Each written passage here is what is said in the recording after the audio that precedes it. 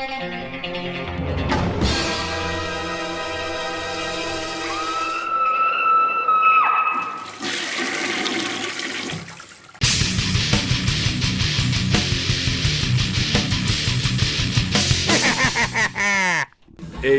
what's up, y'all? Got the Tommy coming at you with another review today. Today I'm reviewing an album that was brought to us courtesy of Screaming Toilet. They're a fun site full of all kinds of reviews, podcasts, articles, all kinds of fun pop culture related material. If you haven't checked them out, you should definitely check them out. Today I'm reviewing an album by Skeletor. My band fucking rules! Today I'm reviewing Skeletor, Cyber Metal. This album just came out June 14th, 2019. Came out on Gates of Hell Records. This is their 5th full-length album. It's actually the first one I've heard of them, though. Kind of surprised because they do whoop ass. They're based out of Seattle, Washington. I would say they're in the vein of power and speed metal. Alright, the album comes in blazing with Cyber Samurai. It's in the vein of, I would say, King Diamond, falsetto vocals, shredding guitar, monstrous riffs, very power metal. They're very focused on the shred. You can tell that right away. Second track. Your face looks like He-Man's crotch, Tommy!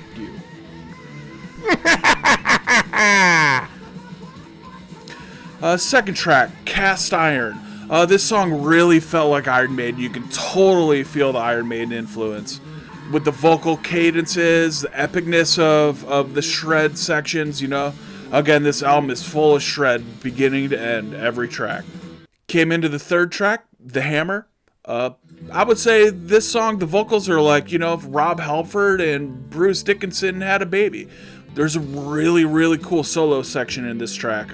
Love the rhythm guitar, and then the lead over top of it, absolutely beautiful. You know, they have that gallop of Iron Maiden and that vocal cadences of Bruce Dickinson and Rob Halford.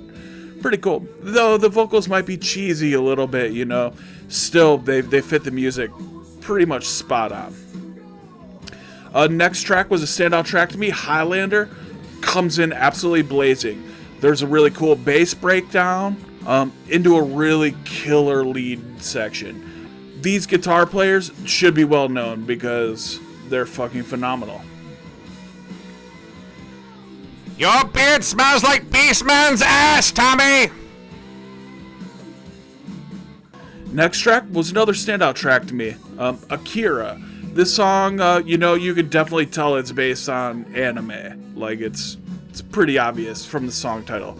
But it was awesome. It was a very memorable song, a blazing lead guitar, which is an overall theme of every track here, you know. Great riffs, great lead guitar sections. The breakdowns, incredible. I really like the bass player, you know, he's in the pocket all the time. He has some standout moments, and that's really crucial for me. You know, I love some driving bass, and this bass player is definitely there. Next song, another standout track.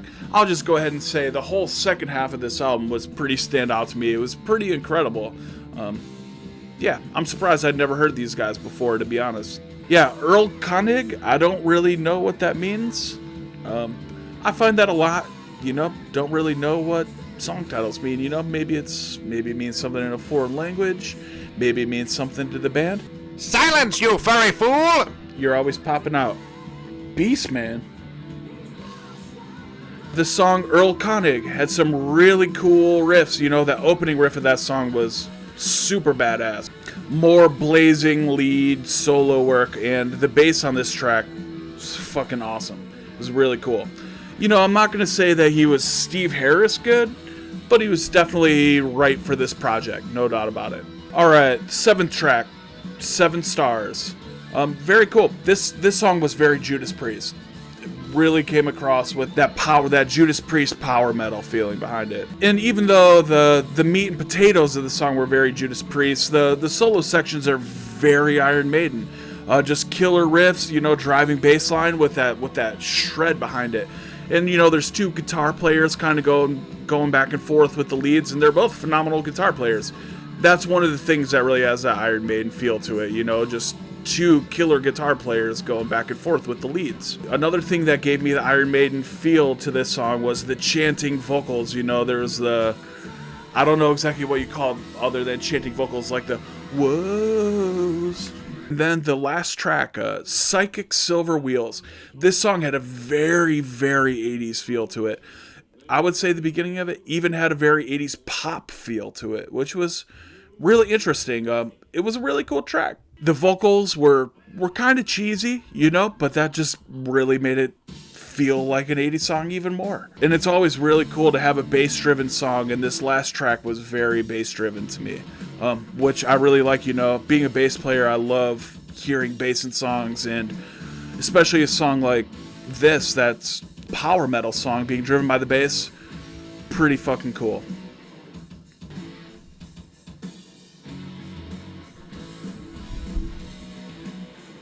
So yeah, all in all, I give this album a 4 out of 5. Your mother gave me a 4 out of 5, Tommy.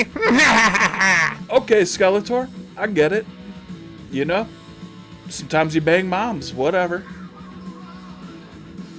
That's weird. You leave my mom out of this, you asshole. Fuck you, Skeletor. Yeah, 4 out of 5. Pretty good. You know, for not ever hearing these guys before, I was pleasantly surprised. If you're a fan of Iron Maiden, Judas Priest, King Diamond, power metal in general, shredding guitars in general, you should definitely check this album out. I'm going to definitely go through and listen to their other albums. I haven't really heard any of the other ones, but if they're anything like this one, they're worth checking out. So thank you so much for watching. As always, give us a thumbs up if you liked it. Give us a subscribe, and we'll catch you guys later. Peace.